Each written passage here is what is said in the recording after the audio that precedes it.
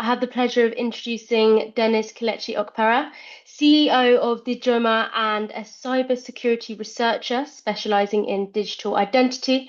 Drawing on his leadership roles in Ohanese and Igbo UK and the Igbo Progressive Union, Dennis is here to present the Sacred Inspection. He will explore how Igbo cultural wisdom, specifically, the concept of obele anya or communal vigilance, provides a framework for digital discernment in today's world. Before I introduce him, can I ask that Jill Jones be ready to present after? Over to you, Dennis. Okay, great. So today I'm going to speak on the cultural and linguistic element of the kola nut within the Igbo culture and tradition. So the kola nut in the Igbo culture is not just a fruit. It's a sacred symbol of hospitality, community, and spiritual connection among the Igbo people. The Igbo people are an ethnic group of about 50 million people from the southeast part of Nigeria. The people speak the Igbo language, Asusu Igbo. Oji, which means the kola nut, is central to our tradition and cultural identity. Oji represents lives, unity, and goodwill. It is traditionally presented as the first act of welcome when receiving a visitor. Offering kola nut signifies acceptance of the guest, peaceful intentions, respect, and honor, and it's a desire for communal harmony. A well-known Igbo saying captures this significance, which goes like this: Onye wetara ọjị wetara ndụ. He who brings kola brings life. And ọjị is also sacred. It's not just about social and cultural affairs. It serves as a ratio, a medium that we use to connect the living, our ancestors, and the divine.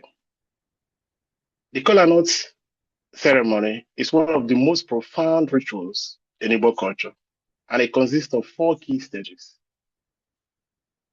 The host presents ọjị to the guest. If the host didn't have an ọjị when someone visits, they will usually plead with the guest that they are owing them the kola nut. And as you will notice in this picture, the women are the one offering the kola nut. And it's not just the women, the men can as well do it. This represents shared responsibility. So the ritual is a collective duty. It's not left for one person. And it's not just about the offering. It's the foundation of trust. It represents absolute trust and open acceptance to the guest. So when you offer ọjị to your guest, you are saying you are welcome here, and my home is also your home. Next step is the reception. The guest will receive the kola, but not with suspicion, but with an open mind and trusting spirit. So this initial trust is essential. It's that voice that accepts the offering and opens the door, relationship, and community. But one key thing happens when this ọjị is presented to the guest. As you can see in the picture, the people is being presented to, we have to accept it. But as part of Igbo tradition, they don't collect it. So they will say, ọjị eze, no eze n'aka, which means the kola of a king stays with the king. So them touching it means they have accepted it, but it's not them that will have to break the kola nut. It will have to be given to the elderly men there or a titled chief within them that will have to do the ritual. But what touching it represents is that they have approved it and they have asked you to proceed with the blessing. So a key thing to note here is the host is responsible for blessing, not the guest, but the guest must approve, must accept and approve it. Then the next critical step is the inspection. We don't just rush to bless the kola nut. It must be inspected. The kola nut is carefully examined, turned over in the hands of the elders. They inspect its quality, count its segments, which is known as olu ọjị in Igbo, and look for imperfections. This is not distrust. They are not saying that you are going to poison them.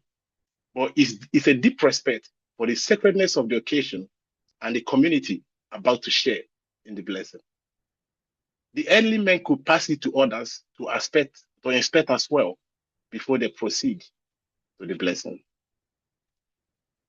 So once it has been verified and the inspection is completed, then it now proceeds to the most sacred of them all, which is the blessing.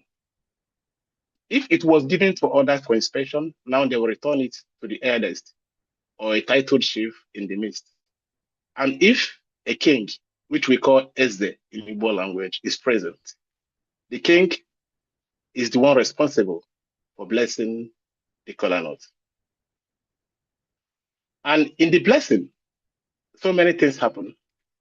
So the blessing, we call it Igoji in Igbo language. The person blessing it, we have to invoke Chuku, the supreme God, the ancestral spirits, and Chi, a personal guidance spirit, kind of a guardian angel, to protect and bless his people. So think of it as a priest blessing the Holy Communion in a Catholic church mass celebration. But instead of using bread and wine, we use Oji and Osoji to do this. So it reinforces the cosmological Igbo beliefs about the interconnectedness between visible and the invisible world. After the blessing, the kola nut is not just broken and shared. And we don't rush it. The segments are counted because they're also symbolic. For example, when it's broken and there are two segments, we call it Oji Koraka. In Igbo tradition, it represents bad omen. And when it's three, it's called Oji Kenga, which represents good fortune. And when it's four, it's called Ojugo, which means stability and completeness. So it's perfect. That's the most perfect segments you could get in Oji. But it also symbolizes the 4 market days in Igbo land. So in Igbo land, we have 4 days in a week and not 7. And that 4 days are known as Eke, Oye, Afo, and Nkwo. So when you have an Oji that has 4 segments, that's the best you could get. But also, it can also be 5. And when it's 5, it means your prayers have been answered. But if it's more than 5, like 6, sometimes you assume that it's more than what it's supposed to be. And then you have to remove 1 from the 5 to make it 1 from the 6 to make it 5. And then you continue with your blessings.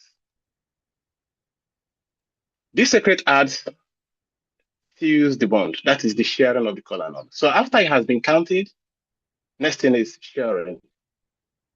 The king or whoever that blessed it, we don't have to give it to the youngest person in their midst, which we then go around and share it to everybody. So, which means a shared blessing and unity, collective participation in the sacred ritual, and most importantly, it's all about trust. In Igbo land, you cannot have a ceremony without the kola nut. Kola nut plays essential roles in everything we do. Traditional ceremonies such as marriage, title taking, dispute resolution, community gatherings, conflict mediation and reconciliation, and even in religious rites requires that the kola nut must be used and blessed and be shared. The same way we have a contract after an agreement has been reached, that is exactly what the Oji does. It is a symbolic contract. Once kola is accepted, social obligations and goodwills are affirmed. That is why everyone is involved in the sacred inspection. The women in this ceremony did the offering. The guests accepted and approved it. Others inspected the quality. The elders blesses and break it, and then the young one shares it to everyone. So it's a contract endorsed not just by the elder or the queen, but by the people. And now, so when I want to ask you what is kola nut, you now know that kola nut, Oji, is not merely a fruit in Igbo land. It's a living cultural symbol that encodes Igbo spirituality, social ethics, diplomacy, and represents our identity.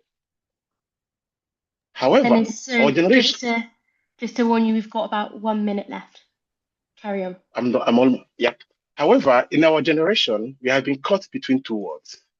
Parents and guidance are kept out of the cultural wisdom, that have the cultural wisdom, are locked out of digital spaces. And the children, the digital natives, are becoming strangers to their own cultural heritage. And the result is a damnation culture, a cultural wisdom without a platform, and a digital platform without cultural wisdom. But we do not need to choose between our culture and our future. We need to bridge them. So instead of the elders rejecting the word, they should be enriching it with wisdom from culture, such as the immense wisdom from the sacred kola nut for our children and for our generation. And because the Igbo heritage is not just a relic to be displayed in a museum, it's a living, breathing operating system for a meaningful life. And it's fully compatible with the digital age. Thank you. Thank you so much, Dennis, for that insight on the sacred ritual. So interesting. Um, do you think the youth communities are enthusiastic to carry on this tradition? Definitely. So I think the problem is they don't know the value or they are not exposed to it. Like I stay in Hmm. the UK and within the Igbo community. So what I did is I started the digital inclusion and it was focused on the elderly ones. And they love it. They want to know how to use the digital world. And then I now were like, what about the young ones? They already knows the digital, but they don't know the culture. So I developed Dijioma, which then I introduced I have classes almost every month, which are kind of the making the young ones to learn the culture and how they can be able to use it in the digital world. Not just about what they do, but about the wisdom that comes from it. So imagine when you receive an email, you don't just rush to open it. You can apply the kola nut ritual to inspect it, to count the segment, who did it came from which IP address, and see what is in there. Is it suspicious? Is it trying to make you to do something you will not do? Do you know who sent it? Before you Mm, now go to break it, and before you now go to reply to the email. So yeah, it's really important in our community. amazing. Thank you so much, Dennis. I'm going to move on to the next speaker, but that was great. Thank you. Thank you.